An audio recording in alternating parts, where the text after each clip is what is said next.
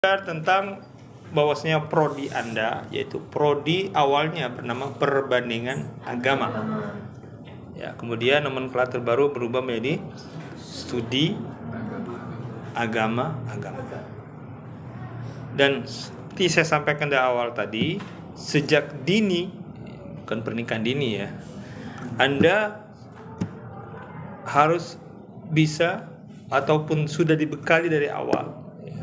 Mulai dari sekarang di semester 4 ini, dan upayakan supaya selesai 3 tahun setengah. Ya enggak? Itu sudah bisa membedakan bentuk-bentuk pendekatan keilmuan ya, yang dapat Anda gunakan dalam melakukan riset nantinya atau penelitian dalam penelitian perbandingan agama atau studi agama. Salah satu metodenya adalah metode perbandingan.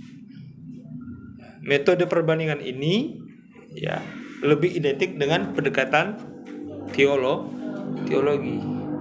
Apa itu teologi tadi? Asal dari kata dari apa? Theo dan logos. Theo yaitu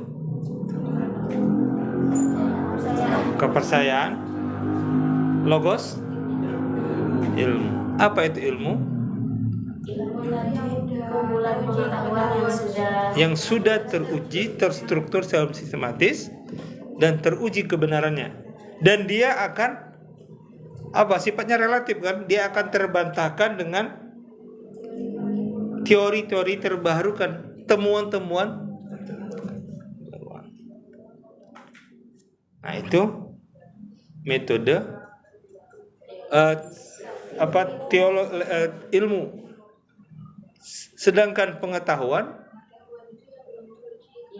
sifatnya hanya informatif, sifatnya sebagai sebuah informasi yang belum teruji kebenarannya. Maka Anda ini kan dibekali tentang informasi-informasi ya. Oh, saya akan belajar akan menjadi mahasiswa studi agama-agama. Apa saja yang akan dipelajari dan apa yang Anda dicetak menjadi apa? Maka informasi awal yang Anda cari itu Anda harus kenal apa dulu? Visi dan misi daripada studi agama. Apa visinya? Nah, nanti kalau asesor datang ini kan mau asesmen lapangan. Apa visi studi agama?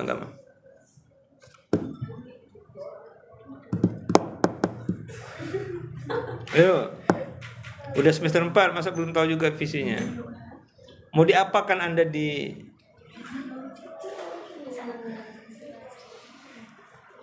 ya, oke, nanti Anda cek lagi lah di Prodi ya, atau website Prodi atau di website UIN. Apa itu visi dan misi daripada studi agama?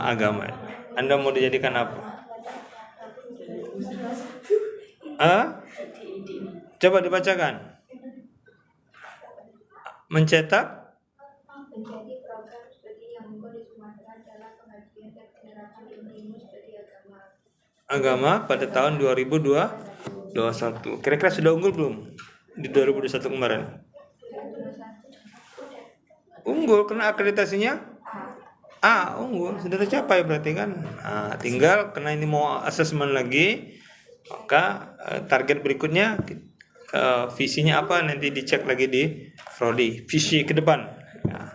Nah, langkah-langkah Anda dalam mendapatkan informasi itu ya, itulah yang dinamakan ilmu. Oh, tahapannya seperti apa? Menghubungi informasi ini. Tahapan-tahapan inilah akan menjadi sebuah pengetahuan. Oh, begini loh cara mendapatkan informasi mengenal daripada program studi agama.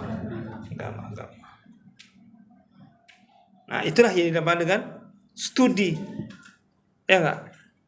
Tahapan-tahapan yang dilakukan dalam melakukan sebuah penelitian ataupun sebuah pencarian kebenaran sebuah informasi. Di cross check, ada proses, ada tahapan-tahapan yang harus kita tempuh. Nah, jadi pendekatan teologi sebagai salah satu pendekatan keilmuan yang digunakan dalam kuliah di perbandingan agama. Sebelumnya juga pendekatan yang lain juga ada yang dinamakan dengan pendekatan historis. Ya enggak? Pendekatan historis yaitu pendekatan perspektif sejarah. Nah, kita lihat bagaimana dalam kitab suci, dalam Al-Quran khususnya, ya kan, isinya apa Al-Quran itu? Selain tentang informasi atau pengetahuan atau selain tentang teologi, ya, tentang sejarah. Dan untuk mengetahui sejarah itu maka disuruh apa kita? Oleh Al-Quran.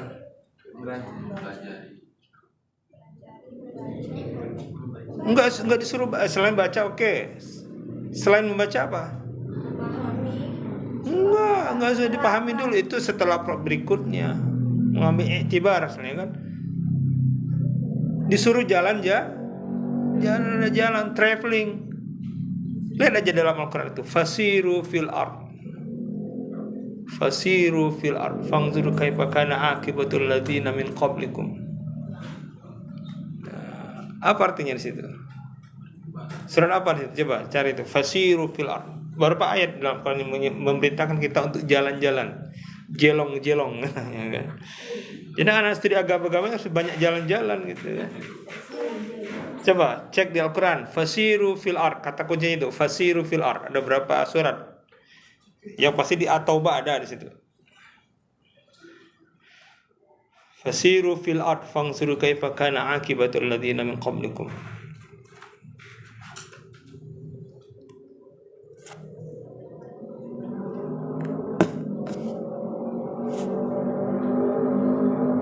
Ya, ada?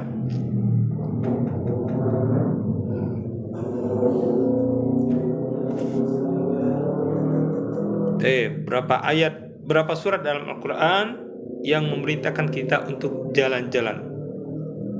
Fasiru fil ard. Kenapa? Karena dalam Al-Quran banyak kisah-kisah, ya enggak? Pertama apa? Ahsanul qasas, kisah apa? Nahnu naqussu 'alaika ahsanal qasasi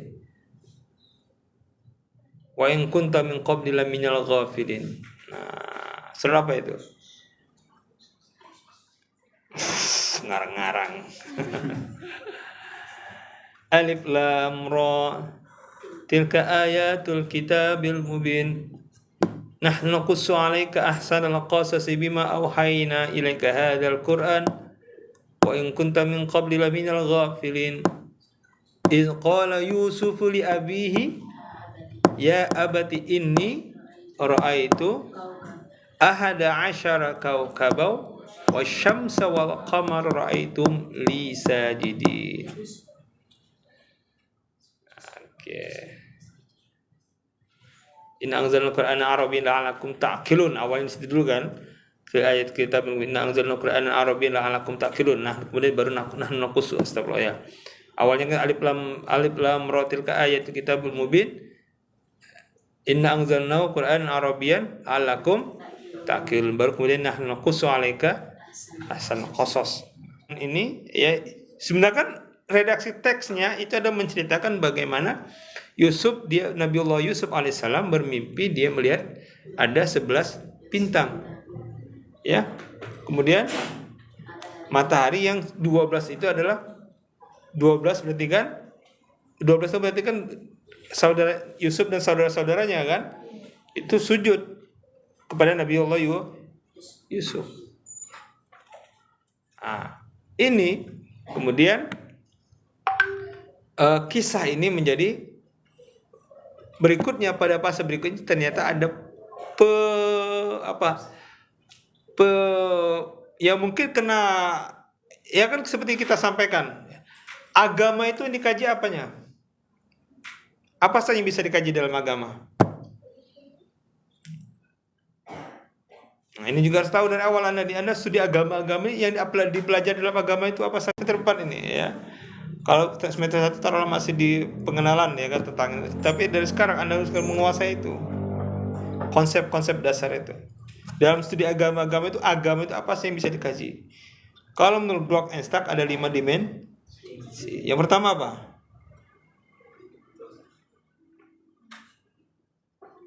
Ya kepercayaan, the beliefness, kepercayaannya. Bagaimana sistem kepercayaan itu terbentuk, terbangun, ya. Itulah yang akan diteliti. Kemudian ritualnya. Yang kedua yaitu ritual keagamaannya. Bagaimana perbedaan. Nah, tadi kan proses ritualnya. Proses ritual itu terkait dengan yang ketiga, itu terkait dengan pengetahuan. Kemudian pengalaman yang keempat itu adalah pengalaman keagamaan. Munculnya praktek-praktek penggunaan ayat-ayat Quran, ya. Salah satu yang digunakan untuk penaklukan, ya enggak. Ini ayatnya para anggota dewan, caleg gitu kan. Mesti ketika nyalek mendaftar dia harus bacakan itu ribuan kali gitu kan. Sehingga orang tua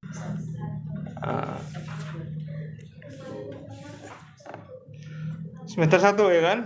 Nah, dia kan sebagai sebuah ilmu struktur keilmuan, ya, yang lahir dari pengalaman keagamaan yang dialami oleh para orang-orang terdahulu, para ulama. Kenapa? Al ulama warasatul anbiya itu secara konsep teologisnya. Ya enggak?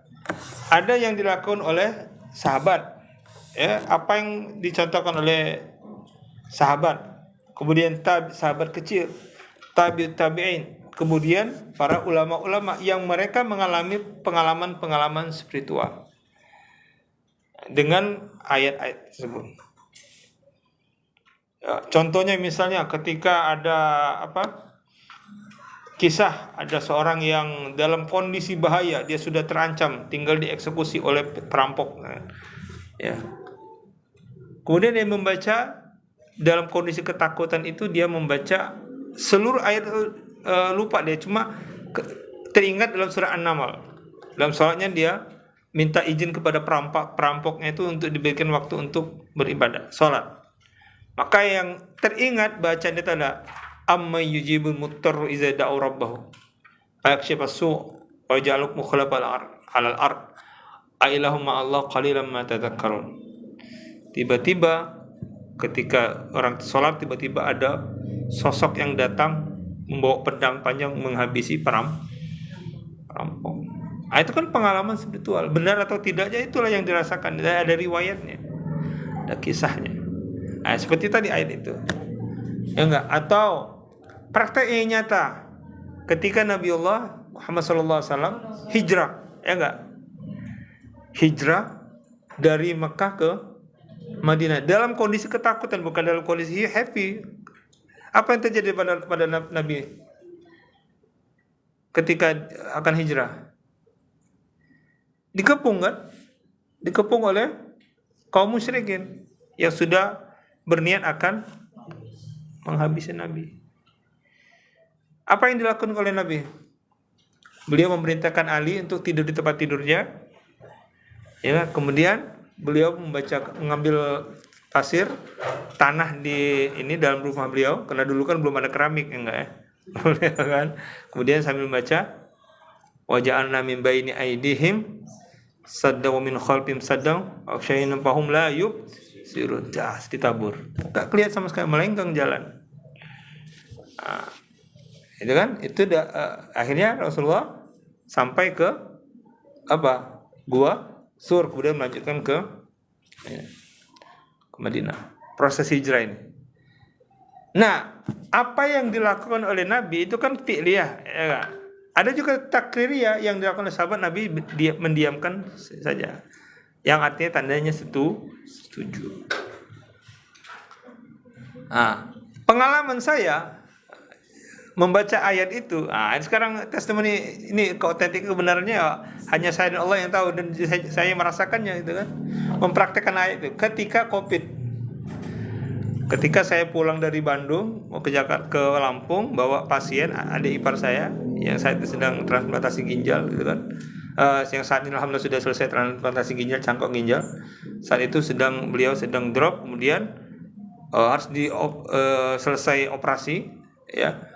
Berangkat dari Bandung jam 9 dan jam 6 pagi harus sudah sampai ke Bandar Lampung.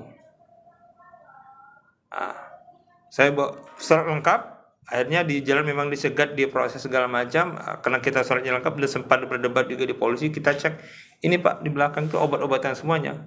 Obat itu pasien yang harus dikonsumsi sebelum jam 6 karena sudah harus sampai di Bandar Lampung.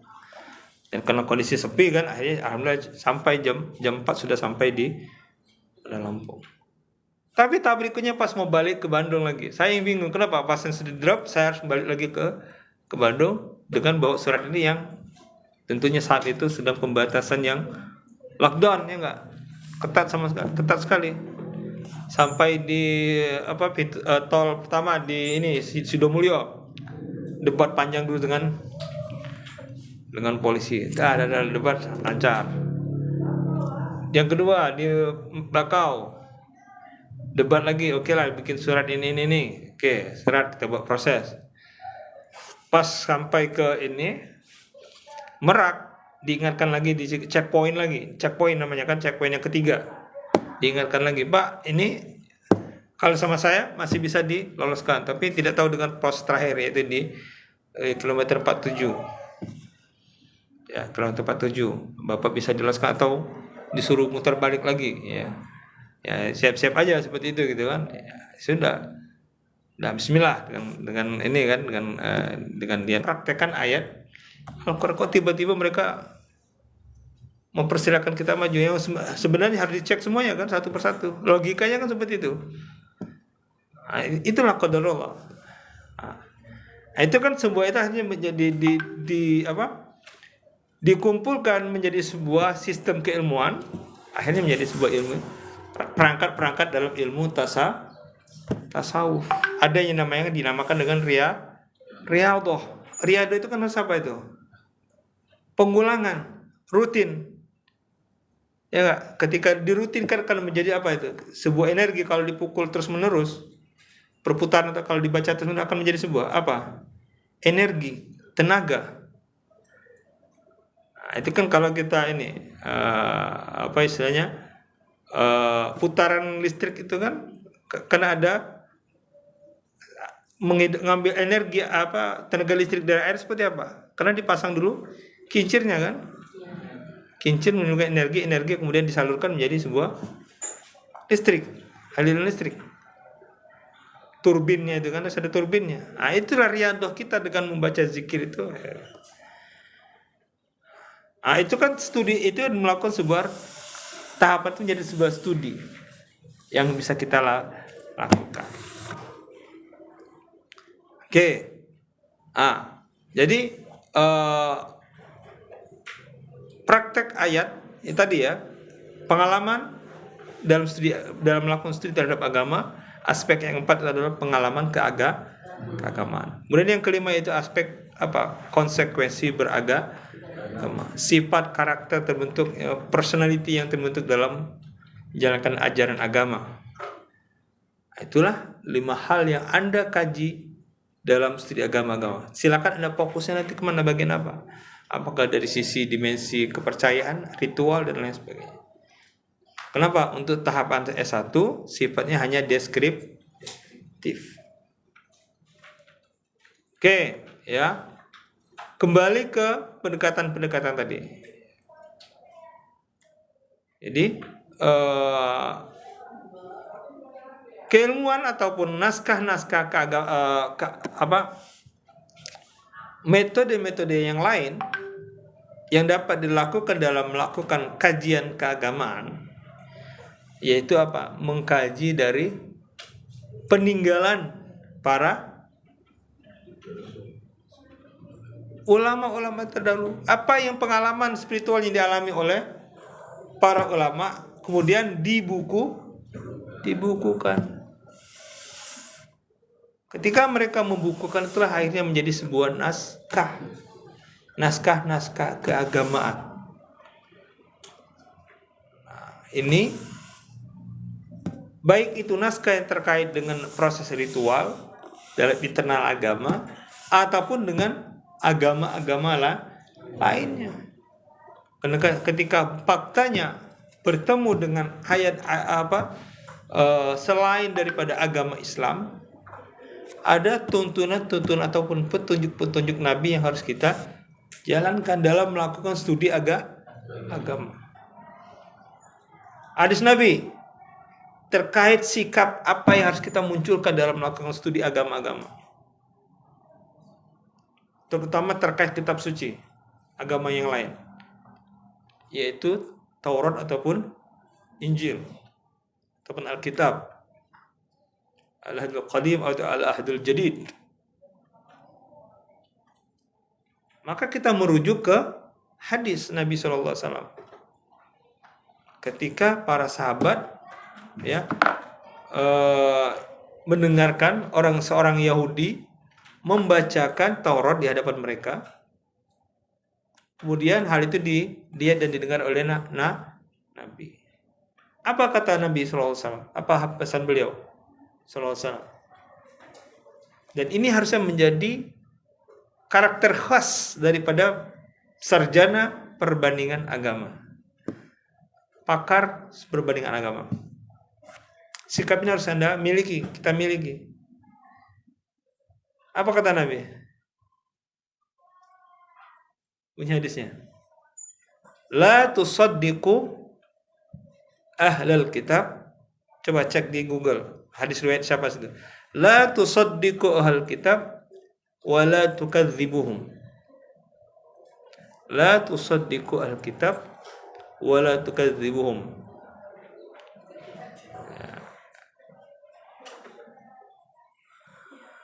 La tusaddiqu al-kitab wa la tukadzibuhum. Apa artinya di situ?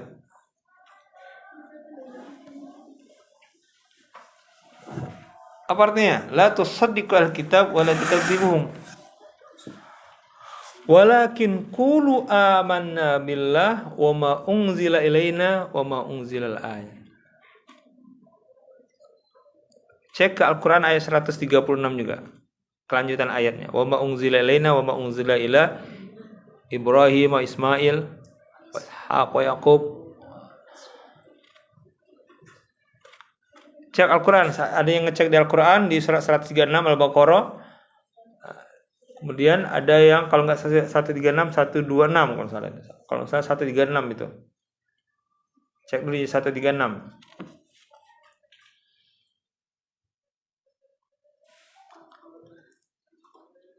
Al-Baqarah. Dan hadis tadi, la tusaddiqu al-kitab wa la tukadzibuhum.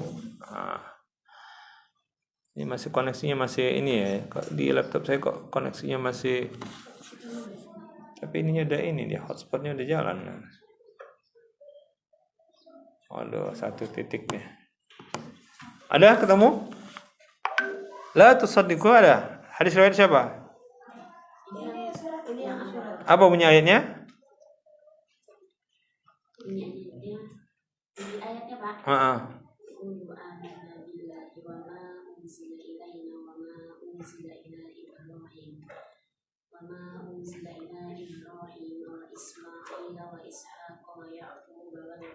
Wal asbat.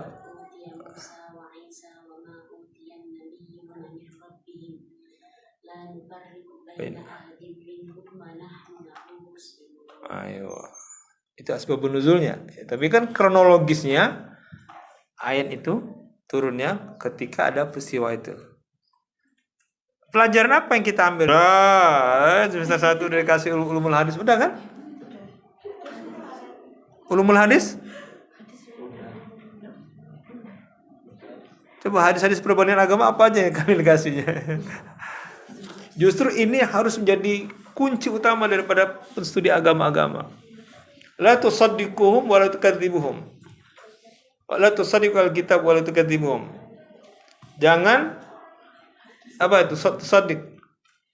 Jangan dipercayai, jangan dibenarkan. Tapi redaksi berikutnya wala tukadzibum, jangan didusta. Kira-kira dari sisi keilmuan sebagai apa itu? Sikap apa yang harus ditimbulkan di situ? Enggak, toleransi bukan itu. Ini keilmuan perbandingan agama. Itu toleransi udah ada produk outputnya. Tapi jangan ada terjebak kata-kata toleransi sehingga tidak memiliki sikap apa di sini. Tidak memiliki sikap itu. Tusaddiq wala tukadzib.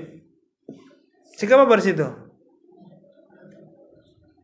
Kritis, analitis. Ya enggak? Maka kita harus memiliki pengetahuan tentang agama-agama, khususnya Yahudi dan Nasrani. La tusaddiquhum wa la tukadzibhum. Jangan dibenarkan, jangan disalahkan. Kenapa? Karena kita sudah memiliki pengetahuan, kan, informasi. Oh, ternyata ada problem apa di situ? Problem di kitab suci mereka ataupun ajaran mereka ataupun dalam penerapan hukum-hukum mereka. Ya enggak? Contohnya problematika proses penetapan apa? Ketuhanan Yesus. Kan ada problem sejarah di situ. Maka ketika ada informasi dari pendeta ataupun siapapun, rahib atau siapapun, la tusaddiqum wala tukadzibun. Jangan dibenarkan, jangan disalahkan. Kita harus mengkritisinya. Itu kata kunci utama. Ini yang harusnya menjadi karakter orang perbandingan agama. Adapun misalnya sifatnya Anda frontal sampai kepada berani pada tahapan mujadalah din, debat lintas agama, yaitu silakan. Itu adalah salah satu bumbu berikutnya. Tapi kita harus memiliki maklumat yang banyak. Maka kalau Anda lacak dalam sejarah ini, akan kita kaji di sini, ya, dalam kitab ini. Ya. Ada salah satu tokohnya, Anda pasti kenal kan dalam masih hidup orangnya. Di antaranya siapa? Zakir Naik. Zakir Naik berguru ke siapa?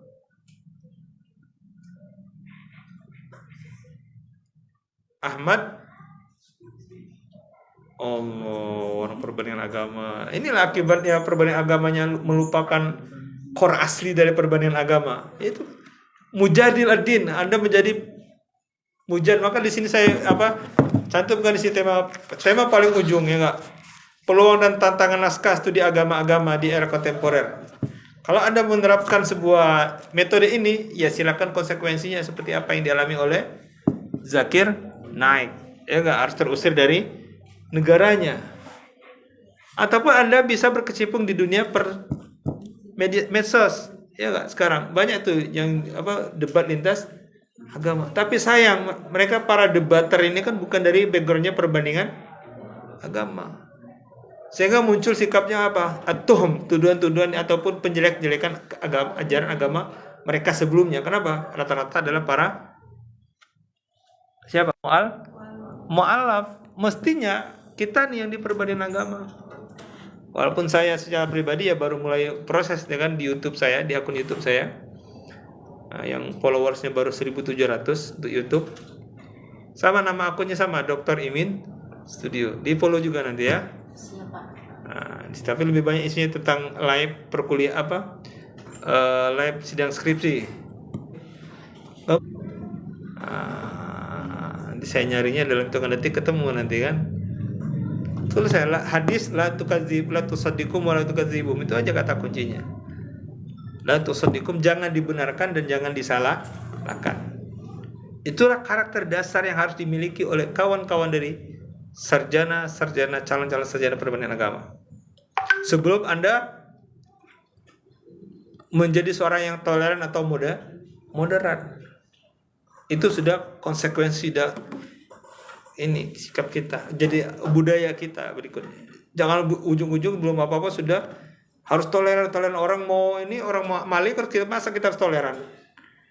Ya enggak? Ya enggak dong. Ya enggak. Oh jangan, itu deh ini. Orang mau nyerang agama kita, masa kita harus toleran? Enggak. Harus ada sikap kritis dan analitis di situ. Ya. Oke. Nah, berikutnya karakter yang berikutnya harus dimiliki kita di perbandingan agama apa? Dalam Al-Qur'an itu. Anda ingatkan peristiwa ketika Gunung Merapi meletus? Ada salah satu relawan yang melakukan apa di situ? Ketika dia menemukan hal yang aneh, ya, ritual yang dilakukan oleh penduduk asli sana, ya, dengan berteriak dia, inilah yang menyebabkan murkanya Allah, sambil menendang sesajen yang di ini. Itu kan viral itu. Ya kan? Sempat viral kan? Itu akibat dia tidak kuliah di perbandingan agama. Kenapa? Allah sudah mengingatkan kita. Apa bunyi ayatnya dalam Quran itu?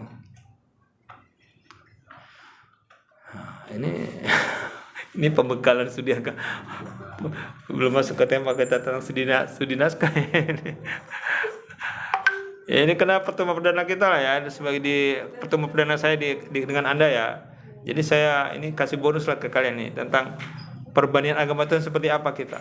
Karena saya alhamdulillah S1, S2, S3-nya perbandingan agama saya. Ya, S1, S2-nya, S3 perbandingan agama. Oke, apa bunyi ayatnya? Wala tasubbul ladzina yad'una min dunillah wa yasubbunallaha adwan bighairi ilmin. Coba cek di Al-Quran surah apa itu? Wala tasubbul ladzina yad'una min dunillah. Itu kan ayat-ayat yang harusnya sudah hafal di otak Anda sebagai orang-orang perbandingan agama.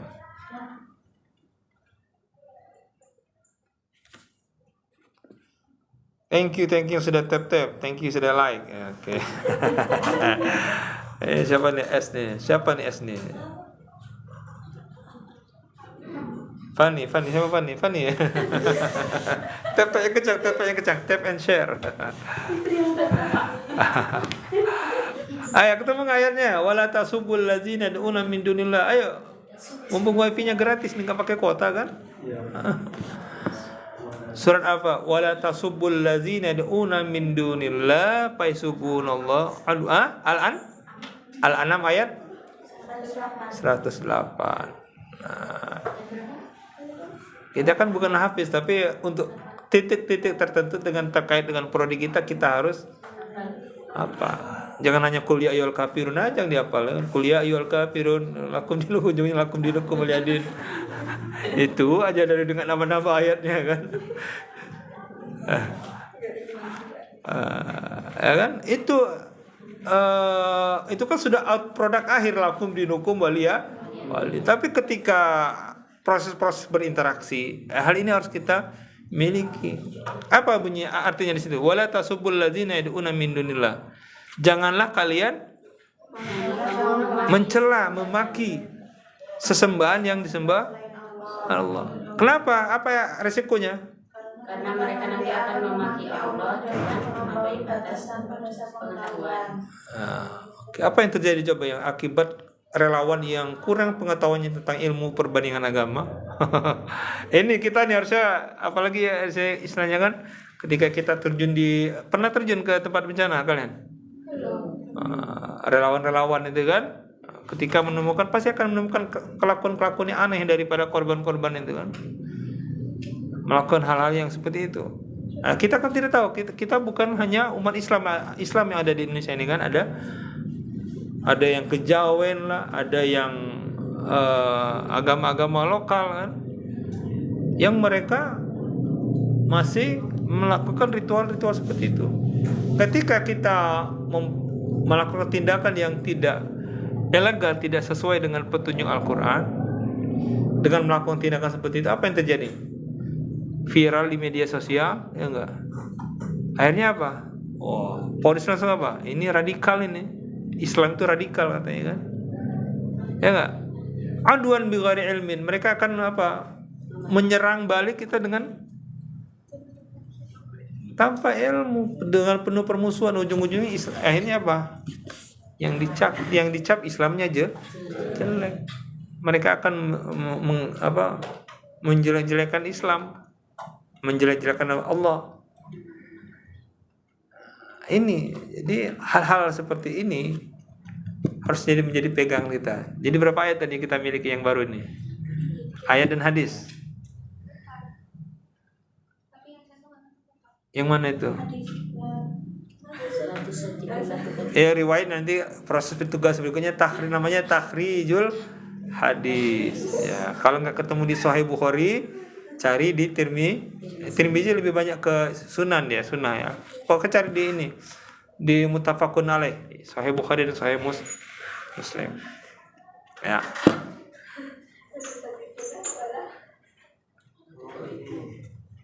Saya tak ada kitabnya, tapi itulah akibatnya buku saya dipinjam dan nggak kembali lagi, akhirnya lupa saya mana bukunya. Ada kitab itu. Ada ketemu hadisnya? La tusaddiqu al-kitab wa la tukadzibuhum. Atau cara melacaknya asbabun nuzul surat Al-Baqarah ayat 136. Kan gitu kan? Ini kan artificial intelligence kan di situ. Kata-kata kuncinya kan sebab turunnya ayat surah Al-Baqarah ayat 136.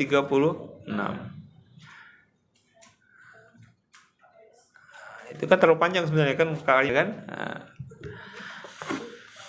Ya, Anda enak nih kuliahnya. Saya juga sebenarnya sudah merasakan nikmatnya kuliah dengan menggunakan teknologi. Karena skripsi saya menggunakan bahasa Arab. Kemudian sudah mulai ada internet di tahun 2000 gitu kan. 2002 itu kan sudah mulai internet. Kalian di mana tahun 2002 itu? Masih di pohon kelapa. Saya sudah cari data, nulis skripsi tentang Yusuf Qaradawi. Ada?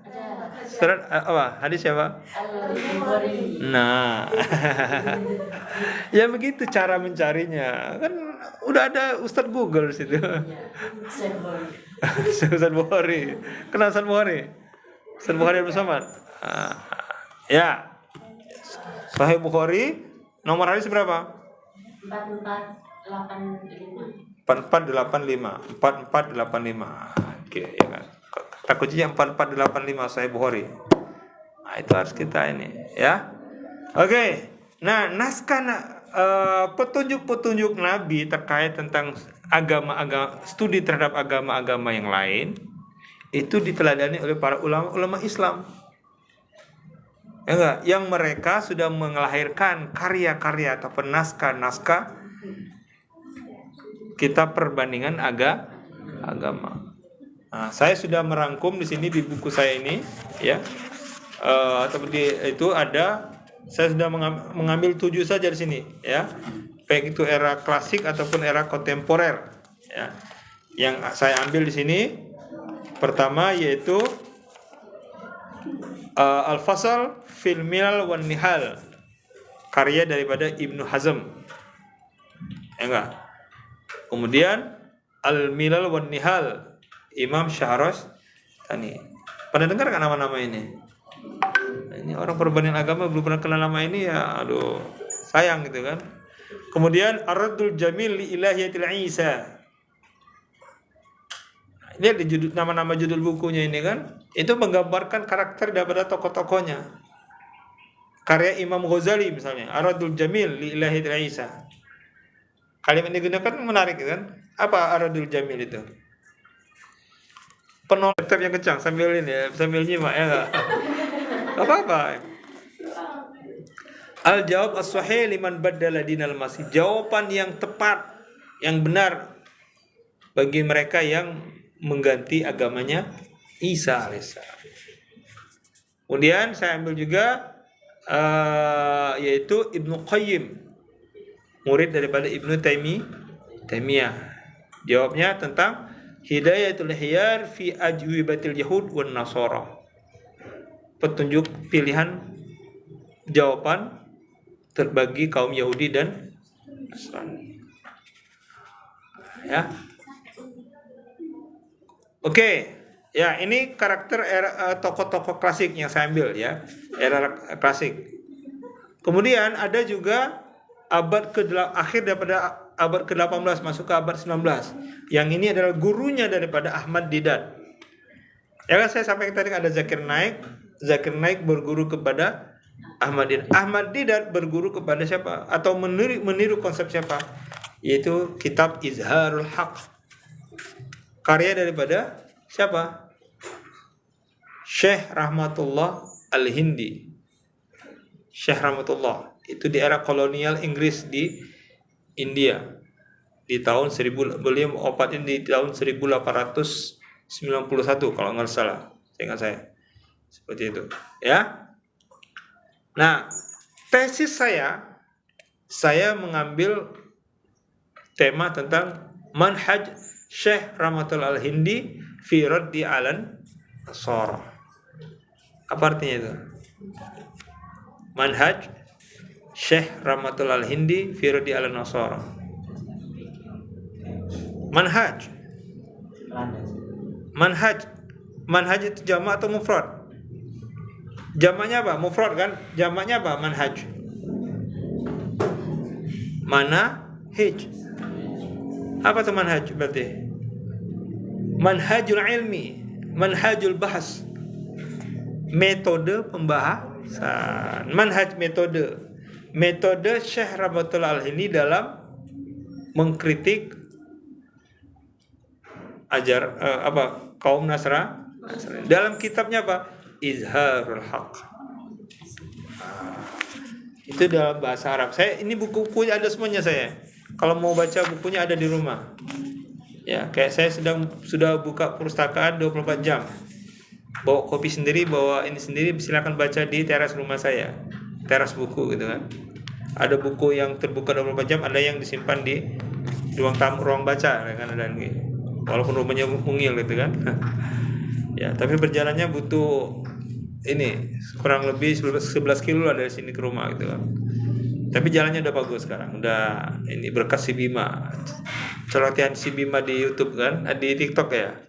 Ya jalan rusak tuh kan. Nah, akhirnya jalan kita yang dulunya prediksi saya bakal 5 tahun, bakal 5 atau 10 tahun lagi diperbaiki, ini ternyata dalam hitungan 2 bulan jalannya sudah kayak jalan tol gitu kan. Nah, di Margodadi, Jati Agung, dari pintu tol Kota Baru kan lurus lagi kan. Nah, itu ada masjid baru Patona, desa nama apa namanya itu, desa Gedung Harapan ya, Banjaragung. Kita lurus lagi.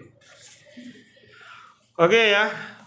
Ini tokoh-tokoh yang kita bahas. Kemudian ada Muhammad Abu Zahra. Ya.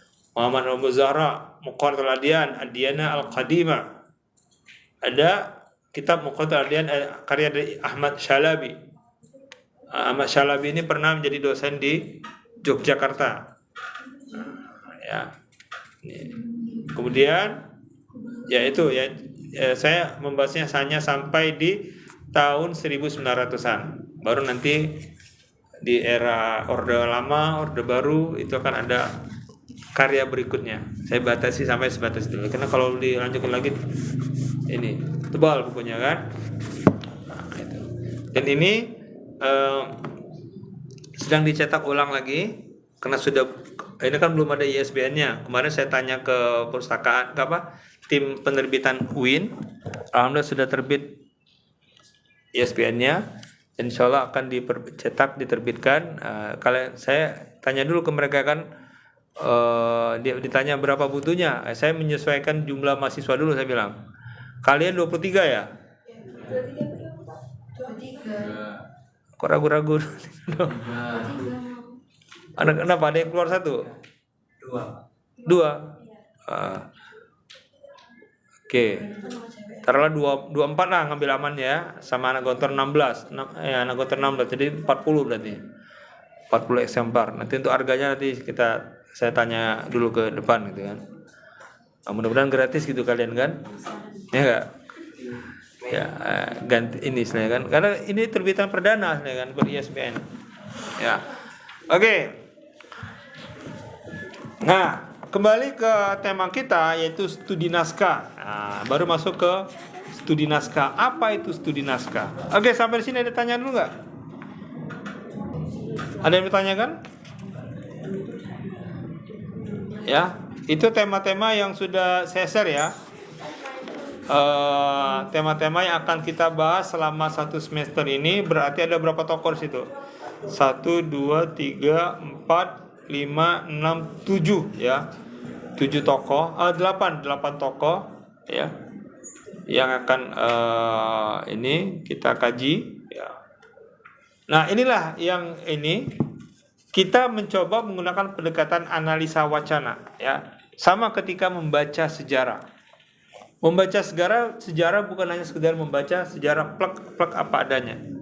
Tapi harus ada analisanya. Harus kita belajar menganalisa atau istilahnya mengambil hikmah tarikh. Hikmah dari sejarah yang terjadi yang kita baca. Misalnya Anda bisa baca bukunya metode itu ya, baca bukunya karya almarhum Syekh Rahmatullah Al-Hindi dan kitabnya Sirah Nabawiyah. Itu metode yang menarik itu dalam mengkaji sejarah Nabi ya. Ada qaul hikmah, ada syakhsiyatul bahis dalam karya tersebut dalam membaca sejarah. Nah, sama ketika Anda juga mengkaji kitab-kitab ini ya, kita mencoba memahami karakteristik kitab ini ya, apa yang melatar belakanginya sehingga mendapatkan gambaran jelas bagaimana bentuk kitab ini daripada karya-karya yang ditulis oleh para ulama-ulama terdahulu. Kenapa? Ya itulah namanya intelektual, ulama, mereka tidak mewariskan tanah, ya enggak? Tidak mewariskan mobil. Mereka mewariskan karya, mewariskan naskah, manuskrip, buku. Ya, yang mereka menulisnya itu melalui sebuah proses yang panjang. Sebagai catatan sejarah saja, Sahih Bukhari, Imam Bukhari itu mengumpulkan hadis berapa? Perjalanannya dari Bukhara itu di mana Bukhara itu? Daerah mana? Sekarang ini di mana daerah Bukhara itu?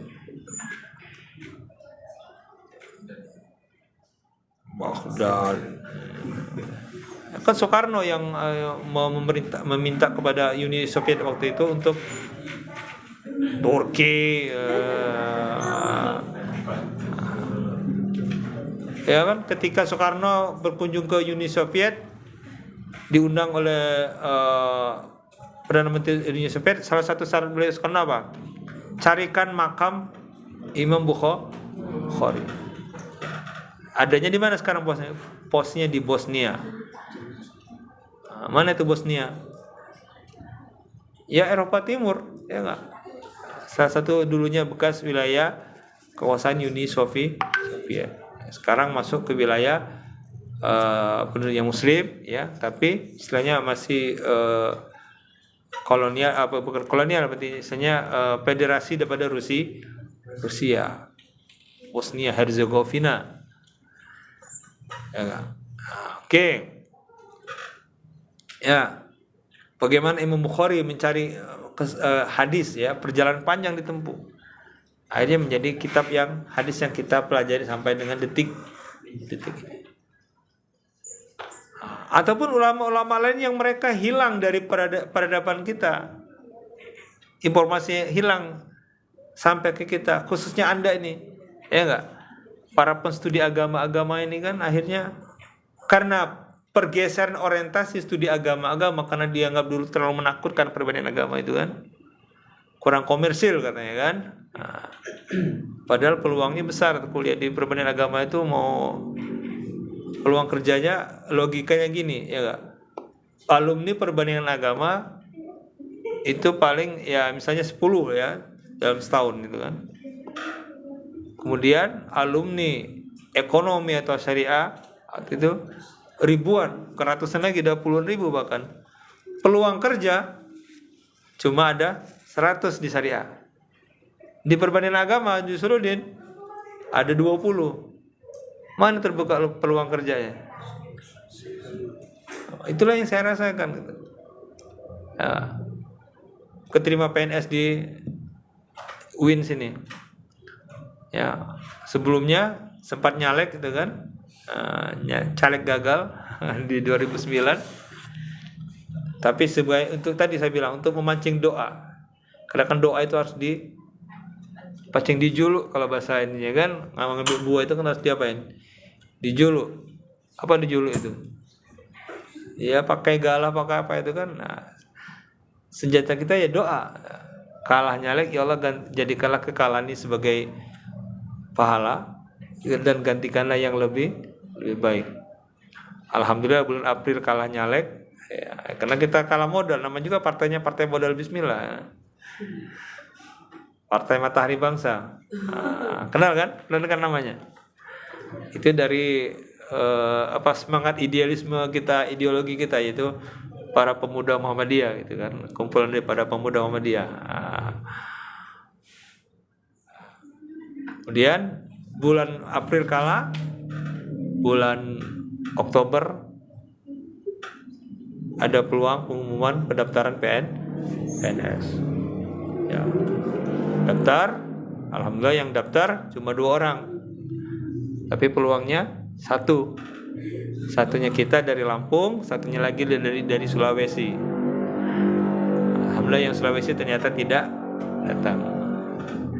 Ya, jadi peluang kita 99%. Dan alhamdulillah ya, keterima.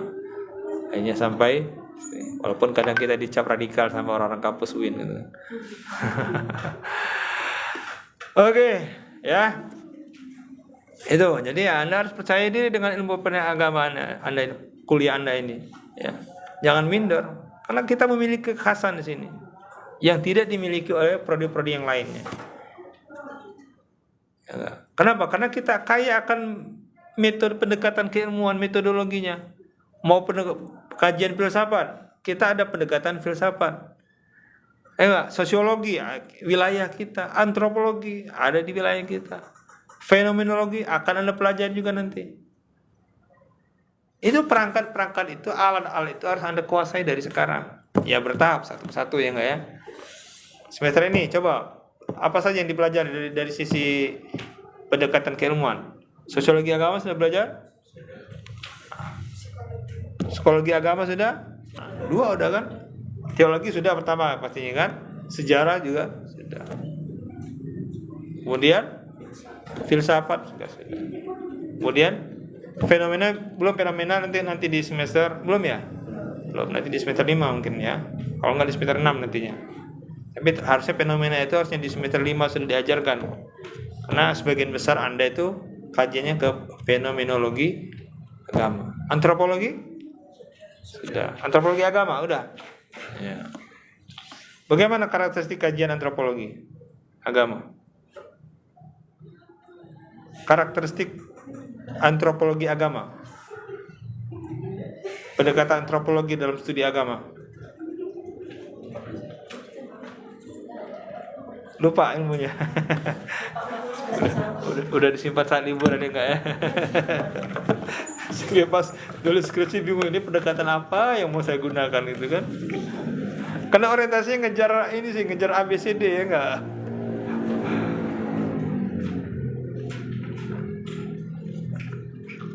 Apa karakteristik daripada pendekatan antropologi agama?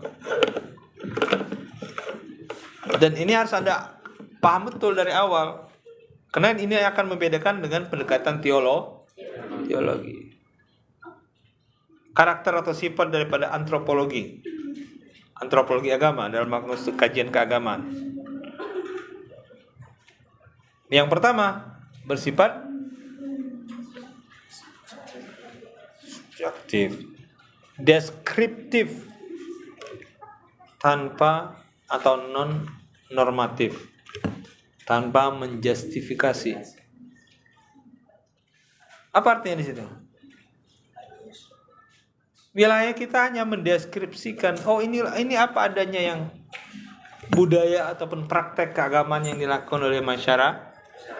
Terlepas dia tadi saya bilang kan, sama tadi ya kasus apa yang si relawan tadi itu kan, ya terlepas itu benar atau salah. Jangan sampai kita menjudge ini musyrik, ini kafir, ini bid'ah, ini halal, ini haram. Karena bukan wilayah daripada antropolog. Kenapa? Karena itulah lokal praktis. Yang kedua, sifat daripada antropologi itu lokal praktis. Baru kemudian mencari keterhubungan daripada peristiwa budaya tersebut dan membandingkannya dengan wilayah-wilayah lainnya. Nah, itulah pendekatan antropologi dalam melakukan studi keagamaan. Nggak dapat waktu itu kuncinya itu. Waktu perkuliahan, siapa dosennya? Diajarkan nggak tentang hal ini? Karakter dasar daripada perbandingan antropologi agama yang 4 ini. Jadi Anda harus tahu dari awal. Baru kemudian nanti fenomenologi agama. Karena antara fenomena dengan antropologi dengan teologi itu sangat ini. Ya. Kalau fenomena terkait nanti makna keberagaman, masyarakat melakukan itu apa yang mereka maknai terhadap agama yang mereka atau praktek yang mereka lakukan. Nah, itu wilayah fenomenologi. Oke, itu nanti ya. Karena Anda belum dikasih ya Kak ya. Jadi jurusnya belum dapat, nanti saja. Nggak bisa disalahkan karena belum sampai makomnya. Akan sampai. Oke. Jadi naskah-naskah yang ditulis oleh para ulama terdahulu, ya, itulah menjadi kewajiban kita. Kenapa? Karena al ulama warasatul anbiya. Mereka adalah para pewaris Nabi dan kewajiban kita sebagai seorang Muslim untuk menjaganya. Karena ulama mati meninggalkan meninggalkan naskah, bukan meninggalkan pajero ataupun sawah berhektar-hektar, Alphard, Lamborghini dan seterusnya. Mereka meninggalkan kitab. Nah, salah satu peninggalan saya insya Allah di sini yaitu udah masih umur panjang lah ya. Kok jadi kayak pesan kematian jadinya. Ya, yaitu meninggalkan karya. Terutama di bidang keilmuan kita. Angka saya sudah menerbitkan buku Ulumul Hadis, ya Ulumul Hadis, kemudian pengantar teori-teori sosial, kemudian klasik dan kontemporer ya, barat dan timur ya buku saya itu. Kemudian ini apa namanya? Karakteristik studi naskah agama-agama, kemudian juga ekowisata halal, nanti mau diterbitkan juga itu ekowisata halal ya. Ekowisata halal, pemberdayaan masyarakat berbasis komunitas budaya. Saya agak lompat dari apa perbandingan agama, tapi ketika melihat fakta di lapangan itu menarik karena bisa mengangkat itu dari ekowisata halal terkait lingkungan ya, lingkungan dan moderasi beragama. Nah, kan masih ada kaitannya dengan perbandingan agama. Kenapa? Karena ternyata praktek keagamaan dalam agama tertentu sangat berkaitan dengan lingkungan. Apalagi Islam gitu kan. Jelas perintahnya kan walau tufsidu fil ardi ba'da walau tufsidu fil ardi ba'da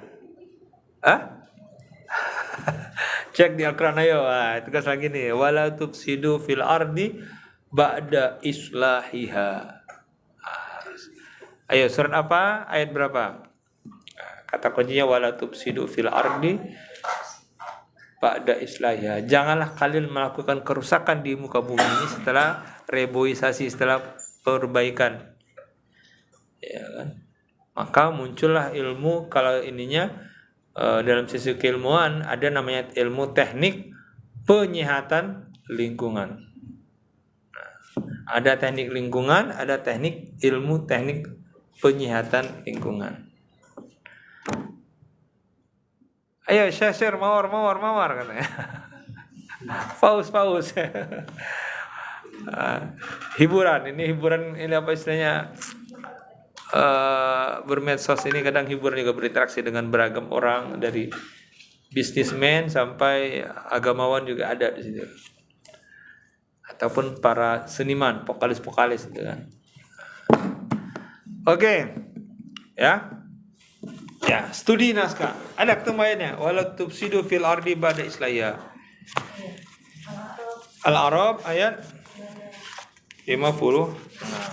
Saya tuh nggak hafal suratnya, tapi redaksinya ya itu juga mungkin ya doa waktu di Mekah dulu ya, Allah tempelkanlah Al-Quran ya, sehingga lisan saya ketika mengucap itu muncul ayat-ayat ada pada Al-Quran. Tapi lupa nama surat dan posisi ayatnya. Tapi alhamdulillah masih nempel ayatnya itu kan, tapi nama suratnya lupa. Nah, itu salah satu kelemahan kita ya, karena kita bukan hafiz ya, di bidang perbandingan agama.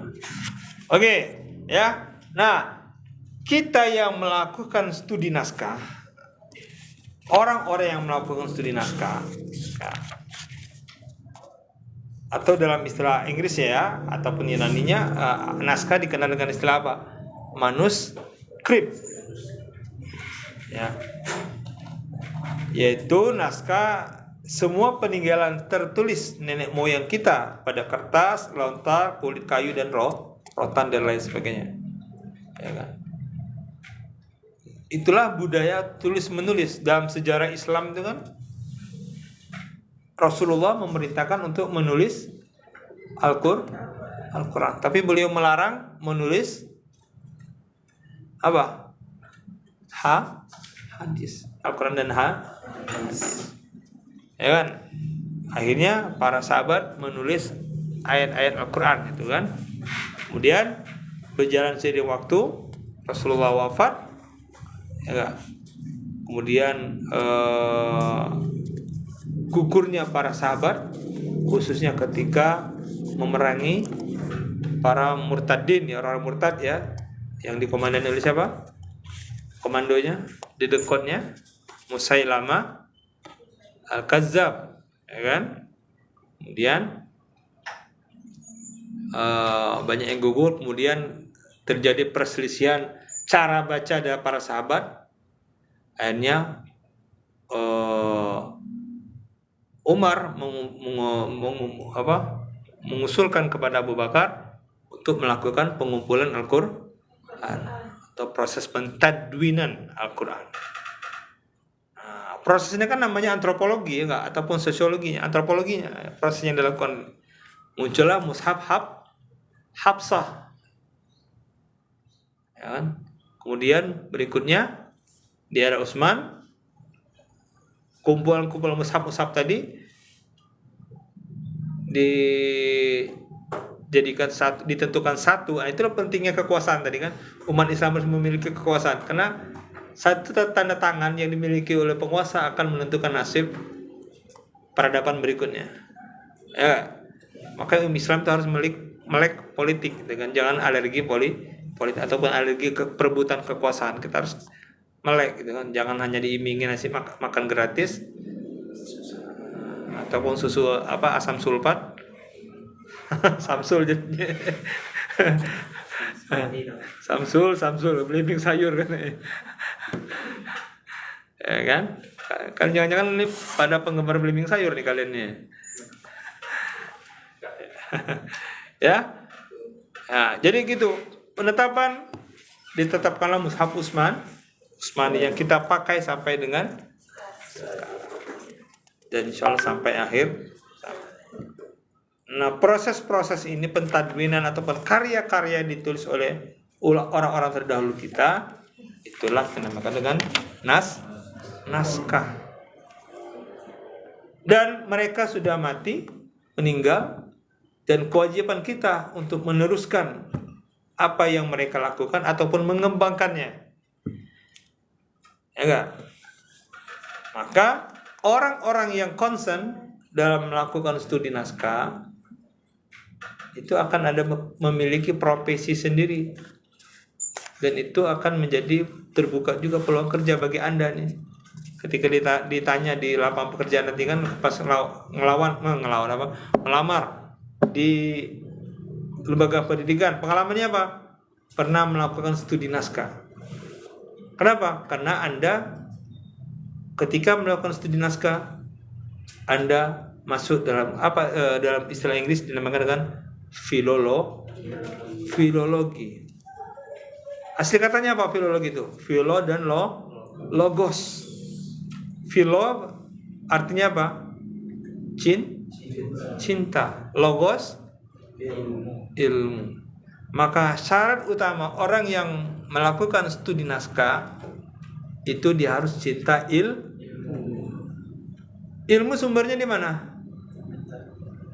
Kok pengetahuan lagi? Kan sudah kita bedakan tadi antara ilmu dan pengetahuan. Di naskah, di buku. Buku diapain berarti? Dibaca. Jadi syarat utama Anda untuk menjadi seorang filolog, Anda harus suka membaca. Oke, sudah berapa buku yang dibaca semester genap ini? Dalam 2 minggu ini. Hah? Baca WA-nya berjam-jam kita scroll itu kan, apalagi lihat TikTok itu kan, YouTube, tahan kita berjam-jam. Baca buku 5 menit, ngantuk. Cara cepat untuk tidur adalah membaca buku. Itu adalah kelemahan kita dalam literasi ya. Ya, oke lah, nggak apa bertahap gitu kan. Oke, jadi syarat utama, dan ini akan menjadi peluang bagi Anda. Jadi ketika Anda ditanya apa program, apa istilahnya skill kalian yang sudah miliki, Anda sudah menjadi seorang filolog, meskipun levelnya masih level junior atau pemula. Setidaknya Anda sudah pernah melakukan studi naskah. Naskah apa saja yang sudah Anda kaji? Ini tokoh-tokoh ini ada 8 tokoh yang sudah pernah saya kaji gitu kan. Yang berbahasa Arab lagi. Nanti juga ada yang berbahasa Inggris gitu kan. Berarti ada 16 kitab yang sudah Anda kaji gitu. Kenapa? Ketika kita membaca, menghidupkan naskah, berarti kita sudah menghidupkan pemikiran orang tersebut. Ya enggak? Kalau dalam bahasa mereinkarnasi keilmuannya. Sehingga menjadi milik kita. Kenapa? Karena pijakan kita adalah orang-orang terdahulu. Kita bukan orang yang pertama dalam mendapatkan ilmu. Ya enggak? Mendapatkan pengetahuan. Tapi ada orang-orang terdahulu kita. Maka syarat utama mendapatkan ilmu yaitu suka membaca. Di samping tadi jalan-jalan, ya enggak? Jalan-jalan, refleksi kan, lihat-lihat, mengambil hikmah daripada berdirinya ataupun hancurnya suatu peradaban. Oke, ya. Jadi dalam proses studi naskah ini ataupun profesi orang yang melakukan penstudian terhadap naskah dinamakan dengan filolog. Orangnya, personnya. Anda ini dianggap sebagai seorang filolog. Jadi kalau kaitan dengan kurikulum Merdeka, ya kita sudah mempraktekannya sebenarnya. Kenapa? Ya wilayah ranah kita ya tadi. Berarti Anda bisa untuk masuk ke jadi pustakawan, kerja di perpustakaan. Ini salah satu profesi yang bisa Anda ambil nantinya. Jangan bingung nanti lulus S1 SAA bisa apa? Bingung Pak, saya nggak dapat pelajaran apa-apa. Ya berarti kesalahan Anda. Kenapa? Karena Anda tidak suka baca. Kalau Anda suka baca, salah satu profesi Anda itu adalah filolog. Gitu. Dan proses filolog itu ada namanya tahqiq. Dalam istilah Arab ada namanya tahqiq. Ya. Oke, Anda nantinya bisa mentahqiq ya karya-karya tasawuf, ajaran tasawuf seperti Hamzah Al-Qansuri, Syekh Nurul Al-Araniri, Syekh Abdul Singkili, Syekh Yusuf Al-Makassari, ya, atau Syekh Nawawi Al-Bantani dengan tafsir Marah Labibnya dan seterusnya, ya. Oke. Ya, inilah pengantar ya, perkuliahan kita terkait tentang studi naskah yang berbahasa Arab. Karena kalau pakai bahasa Arab nanti ada orang mudeng, makanya saya hanya berinisiatif kemarin membuat karya atau buku ajar terkait dengan studi naskah agama-agama untuk yang berbahasa Arab. Nanti yang bahasa Inggris juga ada. Insya Allah ketemu juga untuk yang berbahasa Inggris nanti kita nantinya, ya. Oke. Sampai di sini ada tanya kan? Masih ada waktu 17 menit lagi? Dua ini ya, astagfirullahaladzim. Dua SKS ya? Astagfirullah. Siapa salah ini? Pak Suwandi. Belum datang dia kan? Oke ya. Jadi silakan minggu depan siapa yang mau ini membahas tentang ruang lingkup studi agama-agama. Silakan minggu depan. 2 orang aja lah. Berdua aja lah, ya Kak. Karena kalian 8 kali 3 24. Berarti 3. Ya udah 3 ya. Ya. Oke, saya kira itu ya. Ini berhubung kita ini apa namanya koneksinya ini kok belum connect dari tadi nih si Arilnya nih. Belum karena isinya keras. Iya. Kita juga belum bisa Si Aril dan si Luna ya. Ya. Silakan nanti di follow akun saya ya. Baik itu TokTok ataupun YouTube ya. Nanti ini buku nanti kita informasikan berapa ini kalaupun saya berbayar berapa. Kalaupun ya mudah-mudahan gratis gitu kan dibiayai oleh kampus gitu. Karena untuk penerbitan perdana gitu.